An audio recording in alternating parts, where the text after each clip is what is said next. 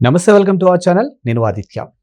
ప్రకృతి వైపరీత్యంలో భాగంగా విజయవాడ ఎంత అతలాకుతలమవుతుందో, అక్కడి ప్రజలు ఎంత ఇబ్బందులు పడుతున్నారో మనం చూస్తూనే ఉన్నాం. మరి వాటన్నిటికి కూడా ఏమాత్రం జంకకుండా, ఏమాత్రం భయపడకుండా ఏపీ సీఎం చంద్రబాబు నాయుడు చేస్తున్నటువంటి ఆ సహాయక చర్యలు అవ్వచ్చు, పునరావాస కేంద్రాలు అవ్వచ్చు, ఆహార పదార్థాలు అవ్వచ్చు, నీరు అవ్వచ్చు, లేకపోతే హాస్పిటాలిటీ ఏదైనా కానీ కూడా ఇవన్నీ చూసిన ప్రతి ఒక్కరు కూడా ఆయన అభినందించక తప్పదు అంటారు. సో మరి ఈ మధ్య కాలంలో అంటే ఈ అంశాన్ని బేస్ చేసుకొని తెలంగాణకి చెందినటువంటి బీఆర్ఎస్ ఎమ్మెల్యే మల్లారెడ్డి కూడా ఈరోజు చంద్రబాబు నాయుడిని ప్రశంసించడం జరిగింది. మరి ఈ అంశం గురించి మాట్లాడడానికి ప్రస్తుతానికి మనతో పాటు స్టూడియోలో ఉన్నారు ప్రముఖ పొలిటికల్ అనలిస్ట్ కేవీ ప్రసాద్ గారు. సార్ని అడిగి మరిన్ని విషయాలు తెలుసుకున్నాం. సార్ నమస్కారం. సార్ నమస్తే అండి.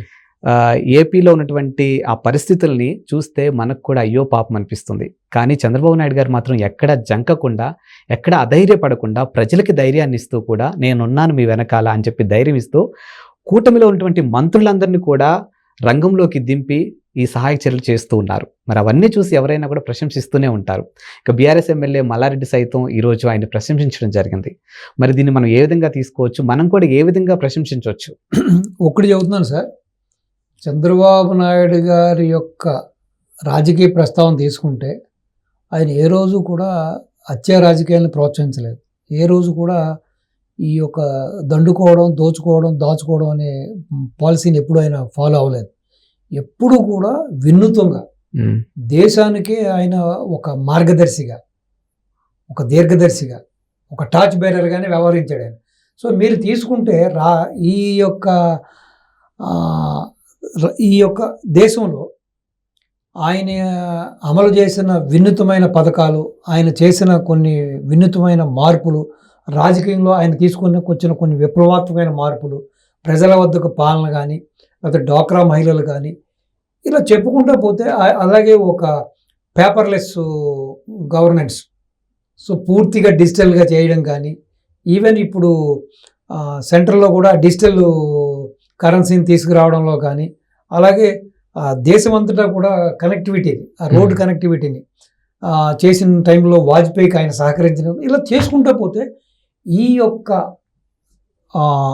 దేశంలో ప్రతి రాజకీయ నాయకుడు కూడా, ప్రతి రాష్ట్ర సీఎం కూడా, ఈవెన్ ఇంక్లూడింగ్ ప్రధానమంత్రులు కూడా ఆయన ఫుట్ స్టెప్స్ని, ఆయన ఆచరించిన విధానాలని, ఆయన మెథడాలజీని, ఆయన ఐడియాలజీని, ఆయన ఒక సిస్టమ్స్ని ఫాలో అయ్యారంటే అది అతిశయోక్తి కానే కాదు. ఎందుకంటే ఆయన ఒక మార్గదర్శి ఆయన. సో నాట్ ఓన్లీ ప్రజలు, not only bureaucrats, not only ఇండస్ట్రియలిస్టులు, నాట్ ఓన్లీ పొలిటీషియన్స్, సామాన్యుడి నుంచి అసామాన్యుడి వరకు, సో ఒక ఎమ్మెల్యే స్థాయి నుంచి ఒక రాష్ట్రపతి, ముఖ్యమంత్రి, ప్రధానమంత్రి వరకు కూడా ఆయన్ని ఫాలో అవ్వని నాయకుడు లేడు, ఆయన్ని గౌరవించని వ్యక్తులు లేరు, ఆయన్ని విధి విధానాలని పొగడని వ్యక్తులు లేరు.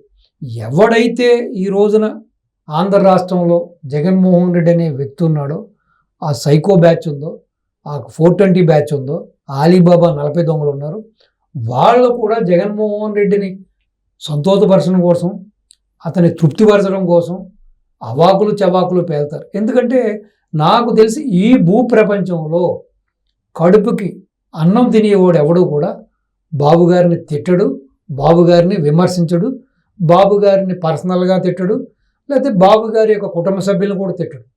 కేవలం దీనికి భిన్నంగా అసిద్ధాన్ని ఎవరైతే సేవిస్తారో, అసిద్ధాన్ని ఎవరైతే తింటున్నాడో వాడు ఒక ఊరపందితో సమానం. ఆ ఊరపంది చూసుంటారు మీరు, గ్రామాల్లో మనం అలా వెళ్తుంటే కూడా ఎవరైనా రోడ్డు పక్కన ఏదైనా మల విసర్జన చేస్తుంటే వాళ్ళు గెంటేసి మరీ ఆ మల విసర్జనని అది సేకరిస్తూ ఉంటుంది, అది తినేస్తూ ఉంటుంది, చూసుంటారు మీరు. అవసరమైతే వాడు జరగలేదంటే వాడిని అవసరమైతే వాడిని గాయ కూడా పరుస్తుంది. నేను చూశాను, నా చిన్నప్పుడు నా మిత్రుడినే వెనకాల కొరికేసిందండి పిల్లలు పట్టుకుని. సో అటువంటి నాయకులైన ఈ వైఎస్ఆర్పి నాయకులు తప్పించి మిగతా వాళ్ళ దేశంలో చూస్తే, ఇప్పుడు మల్లారెడ్డి గారికి రాజకీయ భవిష్యత్తు, రాజకీయ జీవితాన్ని ప్రసాదించింది టీడీపీ, గౌరవ ముఖ్యమంత్రి చంద్రబాబు నాయుడు గారు. ఆయన వల్ల ఆ రోజున ఆయన హయ్యెస్ట్ పొజిషన్ ఎంపీ అయ్యాడు. ఆయన ఎంపీ ఫస్ట్ టైం రికార్డ్ మెజార్టీతో ఎంపీగా ఎక్కడం జరిగింది.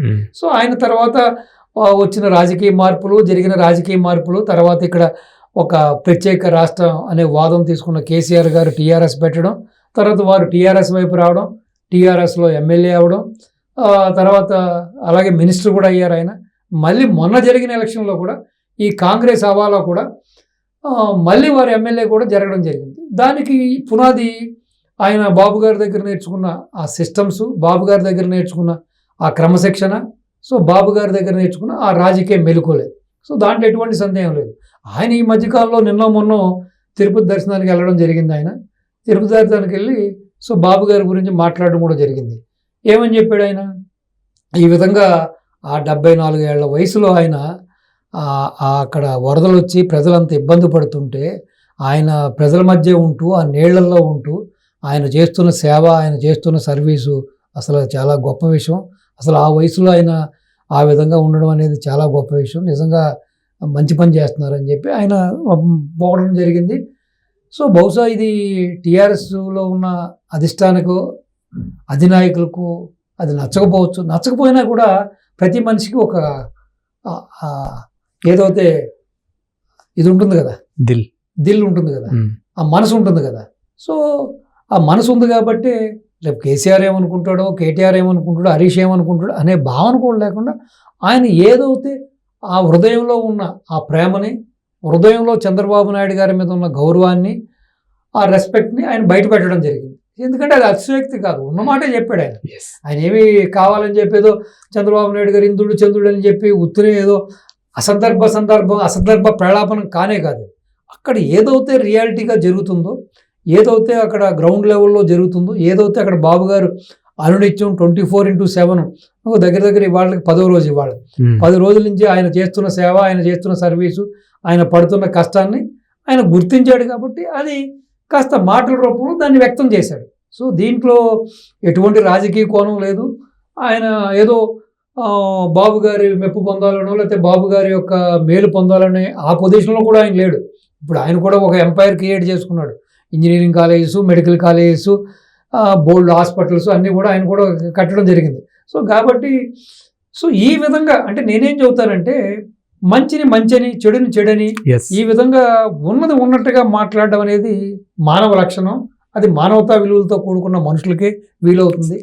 దానికి భిన్నంగా ఏదైతే ఈ రోజున మన రాష్ట్రంలో చూస్తున్నాం, జగన్మోహన్ రెడ్డి మనుషులు కానీ ఇంత ప్రజలు ఇంత కష్టాల్లో అల్లాడుతుంటే కూడా ఆ 74 ఏళ్ళ వయసులో ఆ మహానుభావుడు అంత కష్టపడుతుంటే కూడా కనీసం ఒక్క మాట బాబు గారు బాగా చేస్తున్నాడని చెప్పే మనస్తత్వం, ఆ మనస్సాక్షి కూడా లేకపోయినా కూడా కనీసం బురదేయకుండానే ఉండాలి.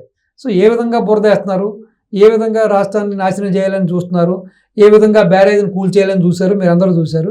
సో లాస్ట్లో కూడా మల్లారెడ్డి గారు ఒక టెస్ట్ కూడా ఇచ్చారు. మీరేంటి పార్టీ మారుతున్నారని ఊహాగానాలు ఉన్నాయి, ఏంటి పార్టీ మారుతున్నారని అడగడం జరిగింది ఒక విలేకరి. దానికి ఆయన గమ్మత్తైన సమాధానం చెప్పాడు. అంటే ఇటు కర్ర ఎరగకుండా పాము చావకుండా అది ఇప్పుడు కాదులే, సమయం వచ్చినప్పుడు చెబుతా అన్నాడు. అంటే ఆయన మనసులో కూడా ఏదో ఉంది. అంటే కొన్ని ఊహాగానాలు అవుతూ జరుగుతున్నాయి ఇక్కడ. ఏది మన తెలంగాణ రాష్ట్రంలో టీడీపీ ఇక్కడ పార్టీని బలోపేతం చేయాలని చంద్రబాబు నాయుడు గారు ఆ దిశగా అడుగులు వేస్తున్నారని, సో దానికోటమే ఉన్న పాత కమిటీలన్నీ క్యాన్సిల్ చేశారని, తొందరలో కొత్త కమిటీలను ఎన్నుకుంటారని, సో పార్టీని కాస్త స్పీడ్గా ముందుకు తీసుకెళ్ళడానికి ఒక డైనమిక్ లీడర్ని కూడా అధ్యక్షుడిగా కూడా నియమిస్తారని చెప్పి కూడా జరుగుతున్నాయి. ఆ తరుణంలో కూడా బహుశా మల్లారెడ్డి గారు కూడా పార్టీలో చేరతారనే ఊహాగానాలు కూడా జరుగుతున్నాయి. సో ఏదైనా కూడా మనం చూస్తున్నాం, రాజకీయాల్లో శాశ్వత మిత్రులు, శాశ్వత శత్రులు ఉండరు. ఏదేమైనా కూడా వేరే పార్టీలో ఉంటూ కూడా, టీఆర్ఎస్లో ఉంటూ కూడా, సో కేసీఆర్ కానీ కేటీఆర్ కానీ చంద్రబాబు నాయుడు అంటే గిట్టదని తెలిసి కూడా ఆయన ఉన్నది ఉన్నట్టుగా చంద్రబాబు నాయుడు గారిని ప్రైజ్ చేసి మాట్లాడటం నిజంగా అది మనం కూడా ఆహ్వానించదగ్గ విషయం, అభినందించదగ్గ విషయం. సో అంటే ప్రతి ఒక్కళ్ళు కూడా ఈ విధంగా ఉండాలి. లాస్ట్ టైం కూడా చూశారు మీరు, నగేష్ గారు, ఆయన కూడా పార్టీ నుంచి వచ్చిన వ్యక్తే.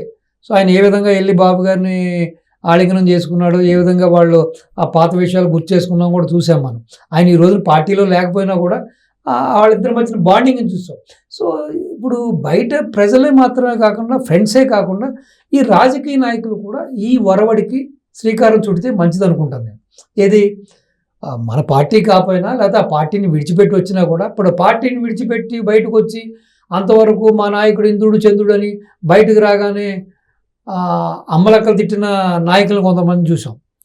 సో ఇది వచ్చిన పార్టీ యొక్క అధినాయకుడి యొక్క మెప్పు పొందడం కోసం ఈ విధంగా మాట్లాడితే మనం వాళ్ళ యొక్క మనసుని గెలుచుకుంటామనే ఒక కుటిల బుద్ధితోటి ఒక ఆ చిల్లర మనస్తత్వంతో ఈ విధంగా మాట్లాడుతూ ఉంటారు కొంతమంది. సో అలా కాకుండా ఏదైతే మల్లారెడ్డి గారు నిన్న వ్యక్తం చేశారో ఆ విధంగా ప్రతి వాళ్ళు ఒక్కళ్ళు కూడా మంచి జరిగినప్పుడు మంచి అని చెప్పండి, ఇలా చెడు జరిగితే చెడు అని చెప్పండి, ఎక్కడైనా తప్పు జరిగితే తప్పును ఖండించండి. అంతేగాని అసలు తప్పు చేయకపోయినా కూడా ప్రతిదీ కూడా భూతద్దంలో చూస్తూ ప్రతిదానికి కూడా మీరు కోడిగుడ్డుకి ఏకలు పీకుతూ ఈ విధంగా బురద జల్లేయడం అనేది ఇది మంచి కాదు. ఇప్పటికైనా సరే ఆ వైఎస్ఆర్సీపీ నాయకులకి కానీ జగన్మోహన్ రెడ్డికి చెప్పింది నేను ఒకటే, మల్లారెడ్డిని చూసి నేర్చుకోండి.